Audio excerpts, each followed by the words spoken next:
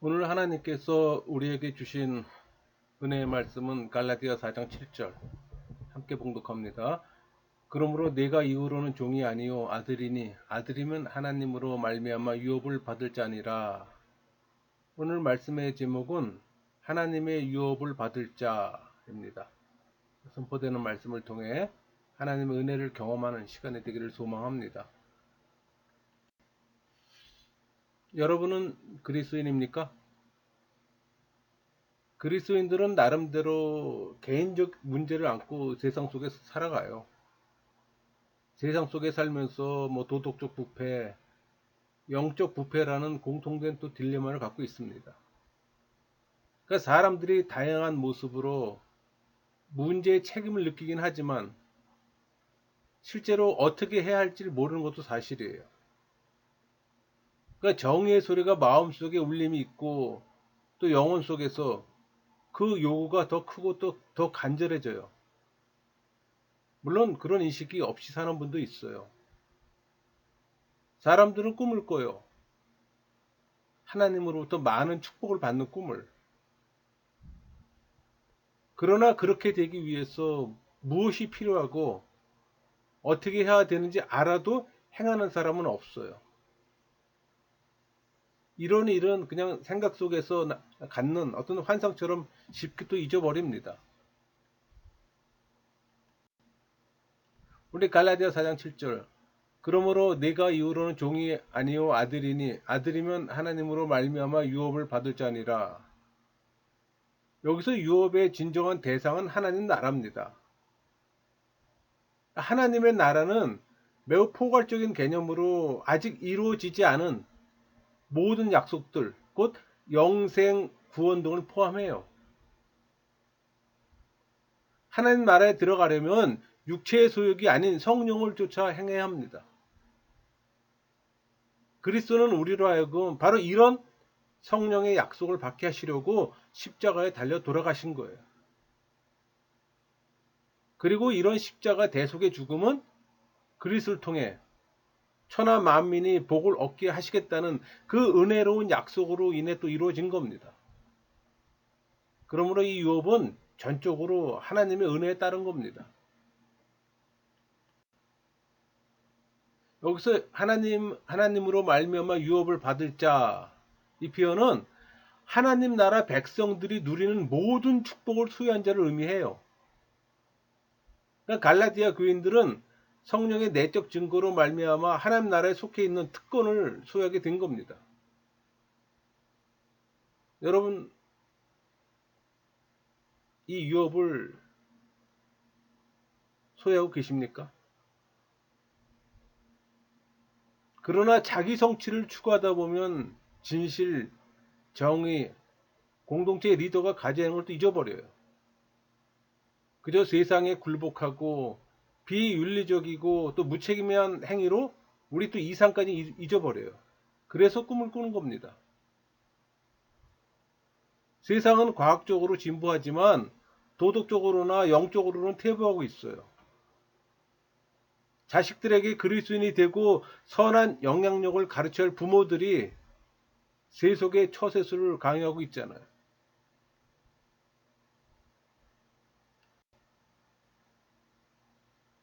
지금 교회는 그리스도인의 정체성을 회복해야 합니다.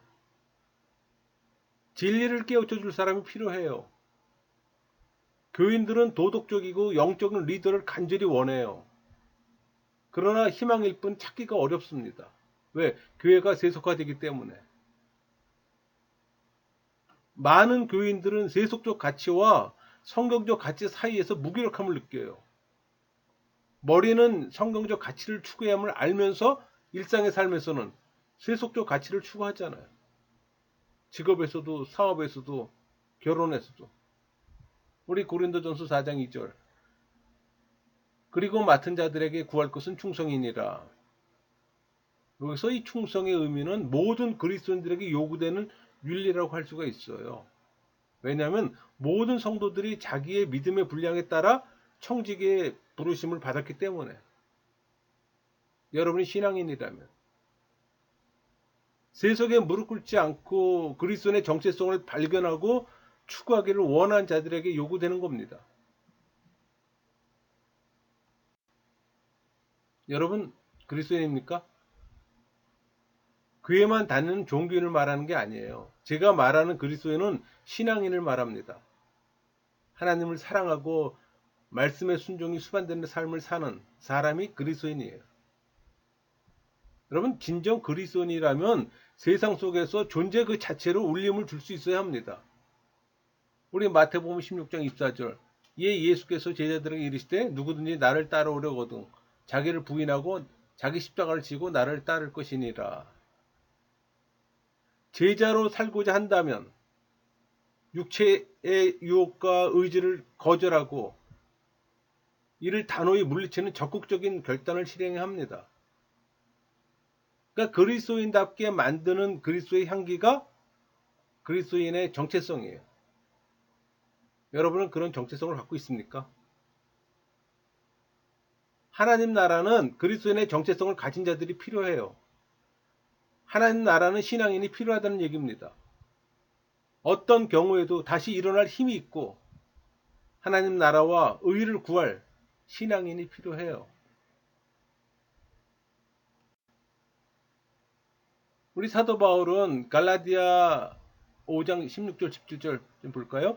내가 이르노니 너희는 성령을 따라 행하라. 그리하면 육체의 욕심을 이루지 아니하리라. 육체의 소용은 성령을 거스르고 성령은 육체를 거스르나니 이 둘이 서로 대적하므로 너희가 원하는 것을 하지 못하게 하려 함이니라. 이 말씀을 보면 두 가지의 길, 곧 육체의 길과 영의 길이 있음을 보여줍니다. 육체는 내가 살려고 애쓰는 삶이라면 영은 예수님 안에 거하는 삶이에요. 신앙인은 세상에 영향을 줘요. 그래서 그의 삶을 보면 모두가 귀해요. 삶의 과정에서 체득한 성경의 말씀에서 벗어나길 거부해요. 하나님 앞에서 개인적으로 노력을 기울였기 때문에 그는 선한 영향력을 주는 겁니다. 무엇을 하든 간에 하나님의 사람이 되기 위해서는 노력하는 자세가 필요하잖아요. 여러분 신앙인의 시작 단계는 하나님을 아는 지식의 습득입니다. 그 지식을 이해하고 삶에 적용하는 게 지혜예요. 이것이 응용된 지식이고 지혜예요. 그 다음 단계가 체득이고 마지막 단계는 실천입니다. 그러니까 기독교는 체득의 종교잖아요. 체득되지 않으면 한낱 지식이 지나지 않아요. 우리는 무엇을 하든 한두 번 정도는 성공적으로 그것을 실행할 수가 있습니다. 그러나 온전한 성공은 같은 것을 매일 반복해서 실행하는 능력에 달려 있어요. 그러니까 실천이 수반돼야 하는 겁니다. 성경 연구가 그렇고 묵상이 그렇고 하나님과의 친밀함이 그래요. 우리 마가복음 8장 35절 누구든지 자기 목숨을 구원하고자 하면 잃을 것이요 누구든지 나와 목숨을 위하여 자기 목숨을 잃으면 구원하리라. 자기를 부인하지 못하면 궁극적인 측면에서 영생에서 멀어진다는 뜻입니다. 그러니까 자기 목숨을 살리려 하면 잃게 될 것이라고 경고하는 거예요. 여러분 신앙인의 사는 목표는 그저 사는 것만이 아니에요. 구원에 이른 삶을 온전하게 하는 것이 목표예요. 그리스도인의 정체성을 확립하고 실행하는 겁니다. 여러분 명예는 한순간에 오지만 신앙의 위대함은 오랜 시간이 걸려요. 믿음의 사람은 오랜 시간 동안 그 시간이 무엇을 제공하는가에 상관없이 성취하는 것을 유지하는 사람입니다.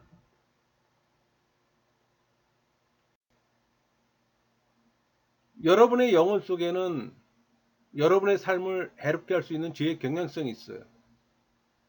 종교인들이 죄의 경향성의 지배를 받아 세속적인 가치관으로 살아갑니다. 그것이 신념이 되어 잘못된 상태에 머물러 있어요. 그러나 변화할 때가 반드시 있어요. 그때는 변해야 합니다. 변화를 거절하면 영벌이 기다려요. 그러니까 영적 지도자가 틀렸다는 말을 되풀이하면 그것은 틀린 겁니다. 그런데 수용하지 않아요. 마치 증명된 적이 없는 진화론을 믿으면서 하나님의 창조를 거부하는 것처럼. 우리 에베소 2장 8절 너희는 그 은혜에 의하여 믿음으로 말미암아 구원을 받았으니 이것은 너에게서 난 것이 아니요 하나님의 선물이라. 그러니까 그리스도인의 정체성을 가지려면 성령의 선물인 예수의 믿음을 가져야 합니다. 성령 세례 받지 않고 갖는 믿음은 가짜 믿음이에요. 가짜 믿음은 신념이므로 가짜 정체성을 갖게 합니다. 많은 사람들 착각하게 한다는 얘기예요. 여러분이 소유한 믿음이 여러분의 삶의 모양을 만들어요. 왜? 믿음은 판단과 선택의 근본이 되기 때문에. 그러니까 예수의 믿음은 행위와 성품과 운명을 결정하는 근거가 됩니다. 여러분, 잘못된 행위는 잘못된 믿음에서 나와요. 어리석은 사람들은 죄를 지으면서 드러나지 않는다고 믿어요. 드러나면 재수없다고 말해요. 중독자들은 그 행위가 기분이 좋아진다고 믿고, 동성연애자들은 자기들이 원래 그렇게 태어났다고 믿어요. 모두 잘못된 신뢰에서 생기는 신념 체계예요. 그러니까 신념을 믿음으로 착각하는 많은 종교인들이 증명했잖아요.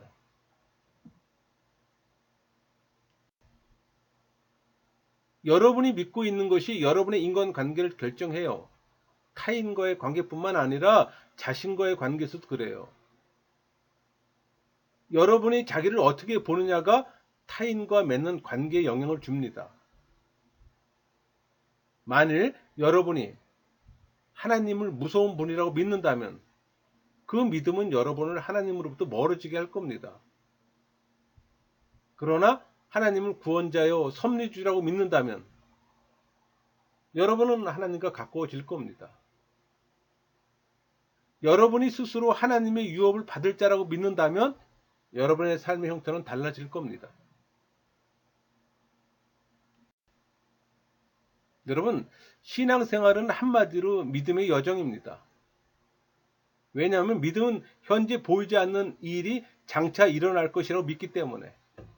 우리 히브리서 11장 1절 믿음은 바라는 것들의 실상이요 보이지 않는 것들의 증거니. 현재 보이지 않는 일이 장차 일어날 일을 믿는다는 점에서 두려움도 마찬가지로 믿음의 연장이라고 할 수가 있어요. 그러니까 두려움이 부정적인 것들을 끌어들인 반면 믿음은 긍정적인 것들을 끌어들여요. 그러니까 여러분이 믿는 것은 그것이 진실이든 아니든 여러분에게는 여러분이 믿고 있는 그대로입니다. 만약 그렇다고 믿기만 하면 그것이 진리인지 비진리인지 감각적인지 혹은 환상인지 그런 것은 하등의 문제가 되지 않아요. 굉장히 위험한 삶을 사는 겁니다.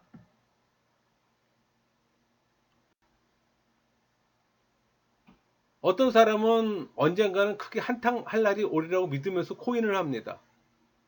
많이들 하고 있죠? 그들은 정말 그렇게 믿어요. 그러다가 가정이 파산하고 주변 사람들과 관계가 깨지고 그런데도 자신의 잘못을 알지 못해요. 왜? 그들의 믿음이 다른 사람들과 달랐던 겁니다. 잘못된 믿음은 맹신과 무지를 가져옵니다. 그러니까 파멸을 예고하는 거예요. 종교인들 중에 상당수가 잘못된 믿음으로 맹신과 무지의 늪에서 벗어나지를 못해요. 그런 분들이 교회 안에 넘칩니다. 그러니까 믿음의 자리에 자기 신념이 자리하는 것을 알지 못하고 평생 교회 생활을 하는 거예요. 장로가 되고 권사가 되고 목사가 돼도 알지를 못해요. 최고의 비극입니다. 세속에는 쾌락을 추구하는 것이 멋지게 산다고 믿는 사람들이 있어요. 천박한 삶의 짐을 지고 살아갑니다. 성적 경험을 좋게 생각하는 사람은 만족할 수 없는 욕망의 멍에를 메고 있어요.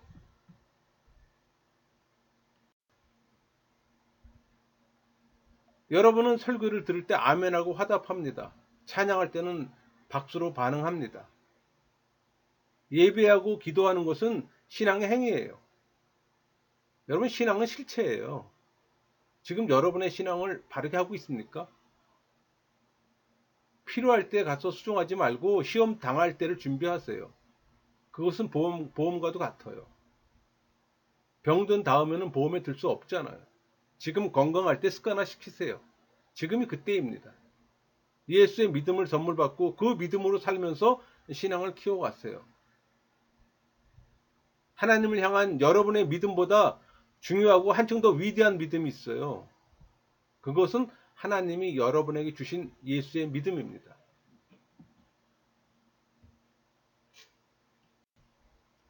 우리 누가복음 15장 16절 그가 돼지 먹는 지엄 열매로 배를 채우고자 하되 주는 자가 없는지라. 예수님의 비유에 등장하는 이 탕자의 환경은 동물 수준으로 전락했습니다. 돼지가 먹는 지엄 열매를 먹는 상황까지 내려갔어요. 최악입니다. 근데 그 첫 단계는 독립에 대한 열망이었어요. 그는 아버지 기준에 맞춰 살고 싶지 않았고 아버지에게 예속되는 것도 원치 않았어요. 아버지라는 존재와 구속에서 벗어나자 탕자는 도덕적, 윤리적 제한으로부터 자유를 얻었어요. 그러나 그 결과 타락한 삶으로 전락했어요. 우리도 바른 길을 잃고 탈선하면 대가를 치릅니다. 여러분 저급한 삶일수록 언제나 그 값을 비싸게 치릅니다.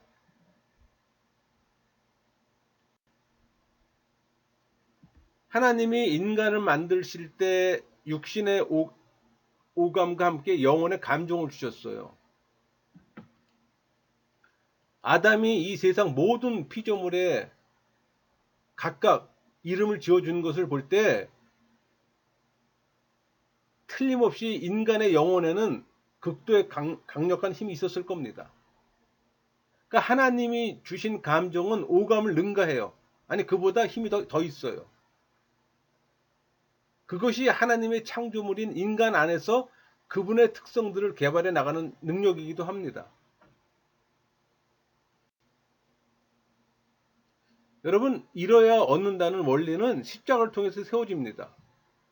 생명을 잃으면 여러분은 영생을 얻을 겁니다. 생명을 얻으려고 찾으면 생명을 잃게 돼요. 역설이죠. 근데 성경은 겸손히 축복을 부른다고 또 가르쳐요. 여러분 초대교회 때도 수적 증거에 앞서서 수적 감소가 먼저 일어났어요.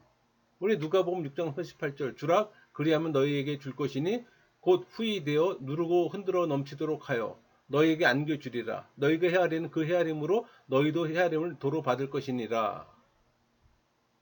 그래서 주님은 주라 그리하면 너희에게 줄 것이라고 말씀하셨습니다.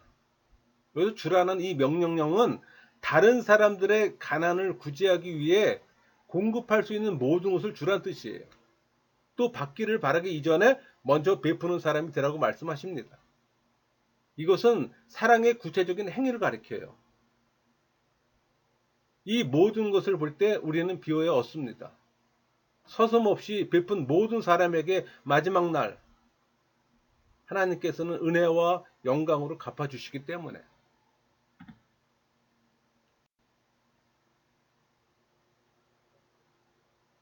여러분 하나님이 이스라엘 백성들을 약속의 땅으로 인도하시려고 애쓸 때 그들은 소욕과 타협했어요. 하나님이 그들을 가나안 땅으로 데리고 가지만 이스라엘 백성들의 마음에는 계속 애굽을 향하고 있었습니다. 애굽을 바라봤던 거예요. 끝까지 견디기보다 굴복하기가 더 쉬웠어요. 그러니까 출애굽한 이스라엘 백성들 중 단 2명 여호수아와 갈렙만이 가나안으로 들어갈 만한 신앙을 갖고 있었던 겁니다. 그들은 믿음을 버리지 않았어요. 모든 사람들이 광야에서 죽었지만 2사람은 살아남았습니다. 결국 여호수아와 갈렙은 땅을 유업으로 받고 새로운 세대를 이끌고 가나안 땅에 정착했잖아요. 여러분 육체의 소욕을 누릴 수 있는 용기를 가지세요. 내적으로 제 경향성과 외적으로 세속의 세력과 싸우세요. 죄와 세속과 타협하지 않기를 마음으로 굳히세요. 주변 사람들이 모두 쉬운 길을 택할 겁니다. 넓은 길로 갈 것입니다. 여러분은 십자가 길로 가시겠습니까? 그렇다면 하나님은 여러분의 삶을 인도하실 겁니다. 여러분의 영혼이 순수한데 행위가 부도덕한 사람은 없어요. 남녀 간의 만남이 없이는 유혹도 없잖아요. 사람들은 먼저 세속과 친해지면 그것과 간음하도록 유혹을 받아요. 바르지 못한 바르지 못한 생각이 부도덕한 행동을 낳습니다. 가나안 땅에 들어간 이스라엘 백성들이 가나안의 우상을 알고 친해지고 유혹받아 숭배하게 되는 겁니다.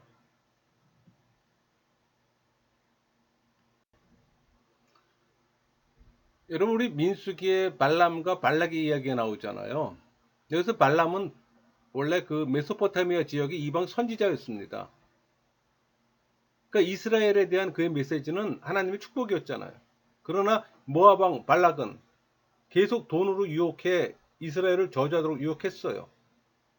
그러니까 돈의 유혹에 발람은 마음의 갈피를 못 잡았어요.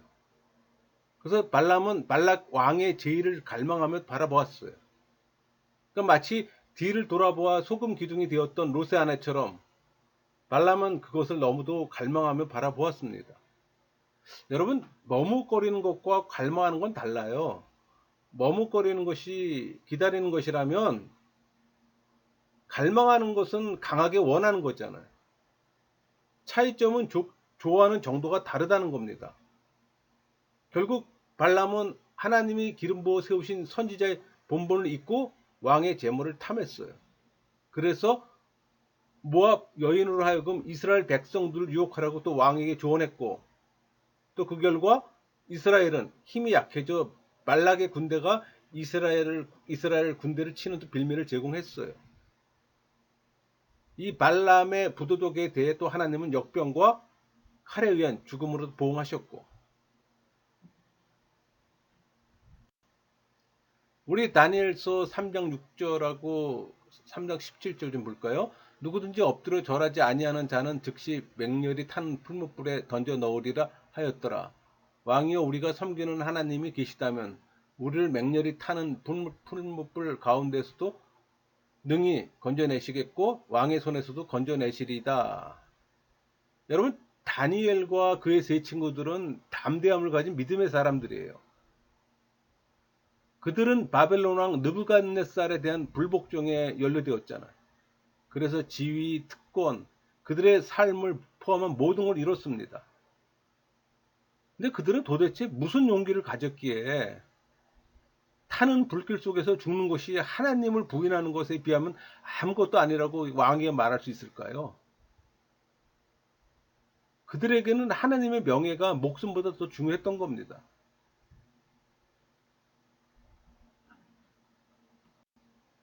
우리 마태복음 4장 3절, 시험하는 자가 예수께 나와서 이르되 내가 만일 하나님의 아들이거든 명하여 이 돌들로 떡덩이가 되게 하라.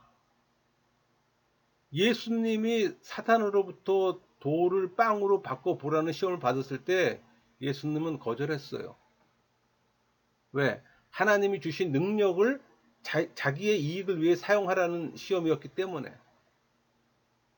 그러니까 자기가 실천하지 않는 것을 남에게 말하는 것 또한 부도덕하기는 마찬가지입니다. 특히 목회자에게 해당되는 말이기도 해요. 강단에서는 선을 말하면서 사생활에서는 악을 행하는 걸 말함입니다. 언행일치가 없잖아요. 근데 자기가 말한 대로 실천하려고 노력하는 사람들도 있어요. 더 정확히 말한다면 신앙인은 자기가 실천하는 것을 말해야 합니다. 여러분, 우리 사도 베드로나 찰스 스펀전 목사나 마틴 로이드 존슨 목사님 같은 설교가 유명하잖아요.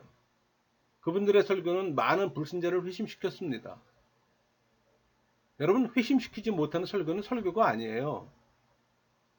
설교의 본질은 복음을 전하는 겁니다.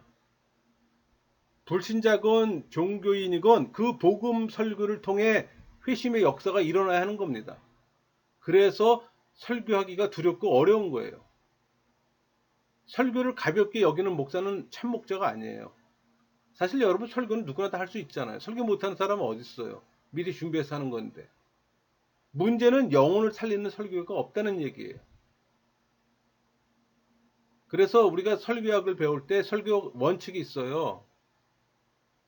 도덕적 설교, 윤리적 설교, 인물적 설교, 교훈적 설교는 하지 말라는 겁니다. 그런 설교는 복음이 아니기에. 복음이 아니면 믿음으로, 아니, 말씀으로 포장한 인문학 강제예요. 여러분, 신구약 어느 부분이건 복음으로 필터링 되지 않으면 그건 설교가 아닙니다. 참 설교는 회심의 역사가 일어나요. 참 설교가 선포되지 않는 예배는 아무 의미가 없음도 기억하세요. 우리 갈라디아 2장 20절, 내가 그리스도와 함께 십자가를 못 박혔나니 그런즉 이제는 내가 사는 것이 아니요 오직 내 안에 그리스도께서 사시는 것이라. 이제 내가 육체 가운데 사는 것은 나를 사랑하사 나를 위하여 자기 자신을 버리신 하나님의 아들을 믿는 믿음 안에서 사는 것이라. 예수 그리스도의 죽으심과 부활하심, 그것에 참여함으로 구원을 얻습니다. 선언적 표현이에요. 이 말씀은 복음의 압축이고 선포된 복음이에요. 그 내용의 확대가 사도신경이고 웨스트민스터 소유리 문답이고 기독교 강요입니다. 이것을 풀어 선포하는 게 설교예요. 여러분이 복음이 무엇인지 바르게 인지하고 성령의 역사를 경험하고 믿음 생활을 한다면 참 설교를 구별할 수가 있어요.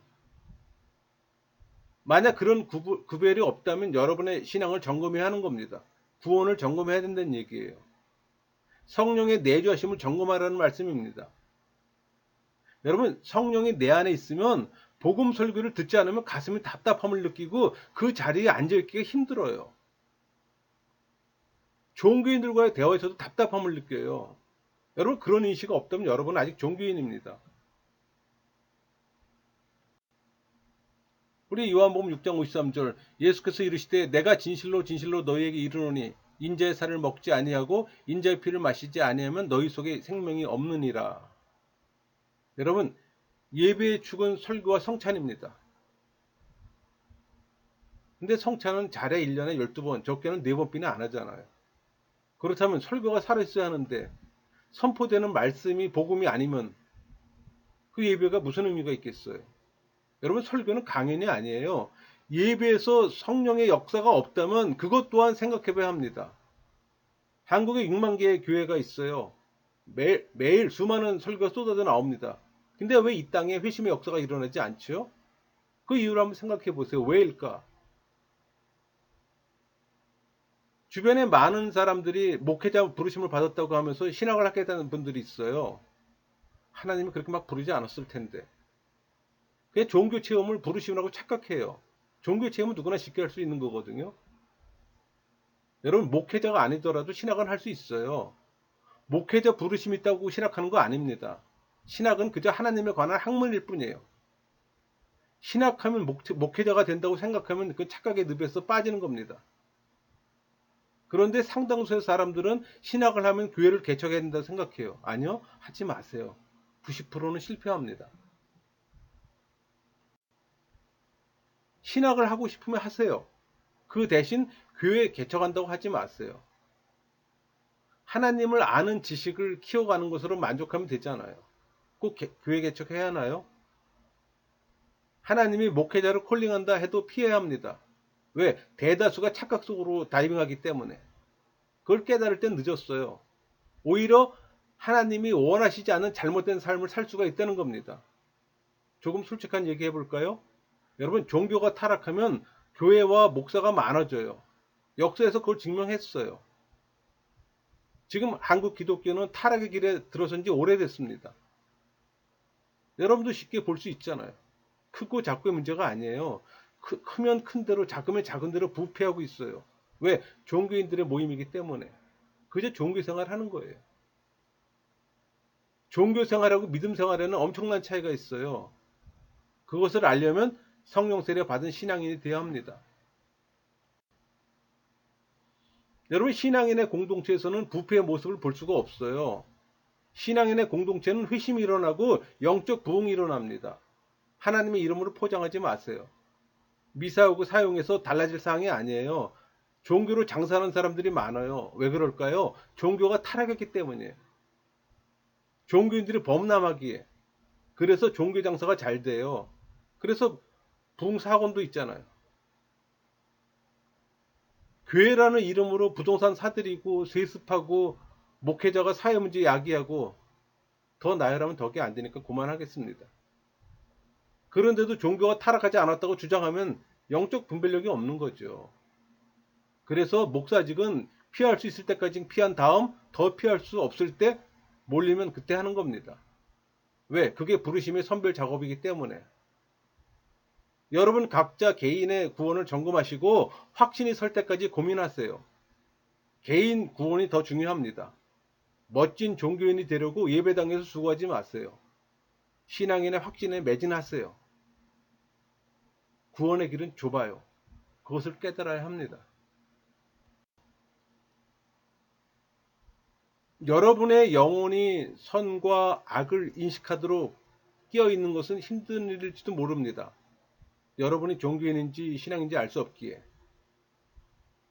인식하고 있어도 악에 맞서 선한 삶을 영위하기보다는 훨씬 더 힘들어요. 우리는 그 어려운 때를 살고 있잖아요. 신앙인이 살기에는 이 세속의 영역이 너무 커요. 그 안에는 불신자도 많고 종교인들과 섞여 살고 있잖아요. 그러나 교회 생활에 대한 바른 인식이 있는 사람은 여전히 신앙으로 성공할 가능성이 많습니다. 여러분, 그리스도인은 하나님의 대리인입니다. 여러분의 빛을 빛나게 하세요. 여러분이 영혼의 어두운 밤에 오래 있었다면 나올 때가 됐어요. 시도하세요. 밤이 어두울수록 빛은 더 밝잖아요. 오랜 시간 어둠에 있었다면 그 어둠에서 나올 때 여러분은 은혜의 폭포수를 경험할 겁니다. 나와서도 은혜의 삶 속에 살 겁니다. 성령님이 그렇게 인도하세요. 우리 로마서 8장 26절. 이와 같이 성령도 우리의 연약함을 도우시나니 우리는 마땅히 기도할 바를 알지 못하나 오직 성령이 말할 수 없는 탄식으로 우리를 위하여 친히 간구하시느니라. 여러분, 내적인 영적 체험을 설명하는 건 좀 어렵습니다. 그러나 그것을 누리거나 행동으로 체험할 수는 있어요. 그러니까 우리 침묵 기독 중에 하나님의 임재를 강하게 느끼잖아요. 우리의 영혼은 천상의 기쁨으로 흘러 넘칩니다. 우리는 슬픔과 고통의 세상에 감춰진 이 무진장한 큰 기쁨의 보고가 있다는 사실을 알아요. 그걸 체험해야 되는 겁니다. 그런데 그것은 세상이 전혀 알지 못하는 기쁨이에요. 왜냐하면 그것을 경험한 사람들조차도 그것에 대해 정확하고 말하지 못하기 때문에. 그러니까 신앙인은 그 기쁨을 다른 사람들과 나누길 원해요. 그러나 육적인 질병 때문에 영혼과 육신 사이에 갈등이 생깁니다. 영혼은 가기를 원했지만 육신은 가지 못해 붙들어요. 그러나 마침내 그 유혹을 뿌리칩니다. 성령 하나님께서 임재하셔서 해주신 일들을 내가 다 설명하지는 못해요. 하지만 깊은 체험을 행동으로 이야기하게 되고 또 실제로 도움을 받아요. 말로 표현할 수 없는 경우는 행동으로 보여주는 삶이 그것의 실제를 드러내 줍니다. 그래서 사도 바울이 증거하잖아요. 고린도서 3장 6절. 그가 또한 우리를 새 언약의 일꾼 되기에 만족하게 하셨으니 율법 조문으로 하지 아니하고 오직 영으로 함이니 율법 조문은 죽이는 것이요 영은 살리는 것이니라.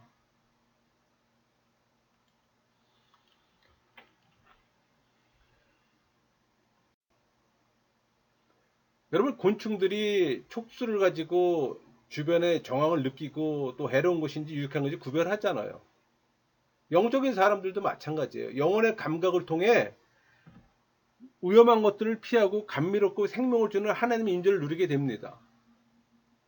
그리고 이 복된 체험으로 인해 하나님을 증거하지 않을 수가 없게 되는 거예요. 그래서 전도하고 선교하는 겁니다. 다소간의 차이는 있지만 성령 세례 받은 사람들은 영적인 진리를 감지할 수 있는 내적인 능력을 갖고 있어요. 그렇지만 어떻게 그것을 갖게 되는지 잘 몰라요. 그러니까 누군가의 말처럼 그들은 자신들이 어떻게 알게 되었는지 모르면서 그냥 알고 있는 거예요. 하나님께서는 당신의 뜻대로 살아가려고 애쓰는 사람들에게 영적인 실제를 드러내 보이십니다. 살려고 하는 의지는 모든 사람에게 다 있잖아요. 그 의지로 인해 우리는 온전하게 살아가려고 노력하는 거예요. 그 말은 우리는 우리를 향하신 하나님의 목적이 성취될 때까지 완성을 추구합니다. 그 결과 우리는 하나님 안에서 영원한 행복을 또 누리게 되고, 반면에 하나님 안에서 즐거운 내적 생활을 경험하지 못하는 사람들에겐 삶이 하나의 짐이 될 수도 있어요. 여러분, 육신을 죽여 없앤다고 해서 내적인 생명이 자유를 얻을 수 있는 건 아닙니다. 다만 옛사람을 벗어버리고 새사람을 입어서 사망에서 생명으로 옮겨짐으로 자유를 얻게 되는 거예요. 우리 에베소 4장 22절 24절까지 말씀처럼 너희는 유혹의 욕심을 따라 썩어져가는 구습을 따르는 옛사람을 벗어버리고 오직 너의 심령이 새롭게 되어 하나님을 따라 의와 진리의 거룩함으로 지으심을 받은 새사람을 입으라. 종교인들은 하나님 안에서 내적 갈망을 만족시키지 않아요. 이리저리 방황해요. 그들 나름대로 잘못된 방법으로 욕구를 채우려고 합니다. 그러나 그 결과는 행복하고 만족하는 것 대신에 비참한 뿐이에요. 종교인들이 열심을 낼 때 나타나는 현상입니다. 진정한 기쁨과 평안의 상태는 권력이나 부 또는 다른 물질을 소유하는 데 있지 않아요. 진정한 기쁨과 평안의 상태가 만일 권력이나 부와 물질에 있다면 이 세상의 부자들은 모두 행복하고 만족했을 겁니다. 그러나 우리 불교의 석가모니도 왕궁을 버렸잖아요. 왕으로서 모든 걸 다 갖고 있으면서도 왕궁을 버리고 나왔잖아요. 마찬가지예요. 샬롬의 상태는 하나님 나라에서만 찾을 수가 있어요. 그런데 그것은 우리가 거듭날 때 우리 영혼 속에서 안착되는 겁니다. 먼데 갈 필요 없어요. 하나님 안에서 누릴 수 있는 이 복된 삶의 비밀과 실제는 그것을 받아 누리고 경험하기 전에 이해할 수가 없는 겁니다. 제가 아무리 이렇게 설명을 해도 본인이 성령 세례받고 그런 삶을 살아야지만 이해가 되는데 그렇지 않으면 그게 공허한 메아리처럼 들릴 수가 있어요. 인간의 지성으로 이해하려면 그 노력은 아무 소용없다는 걸 좀 알려주는 겁니다. 여러분, 육신은 영혼과 영원히 동반할 수가 없어요. 영혼이 세상에서 일할 수 있도록 도구로서 얼마 동안 주어진 목적을 수행합니다. 육신은 점점 약해지고 노쇠해져요. 더 이상 영혼을 수반할 수가 없어요. 육신이 영원한 영혼과 보조를 맞출 수 없는 이유이기도 합니다. 그러니까 영혼과 육신이 영원히 함께 살 수는 없지만 그것들이 함께 행한 일의 열매는 영원히 남게 되는 거예요. 그래서 영생의 기초를 놓는 것이 중요해요. 그러나 애석하게도 많은 사람들은 이 자유를 잘못 사용함으로써 그것을 영원히 잃어버려요. 자유란 선을 행할 수도 있고 악을 행할 수 있는 능력을 의미합니다. 우리 요한복음 8장 34절 예수께서 대답하시되 진실로 진실로 너에게 이르노니 죄를 범하는 자마다 죄의 종이라.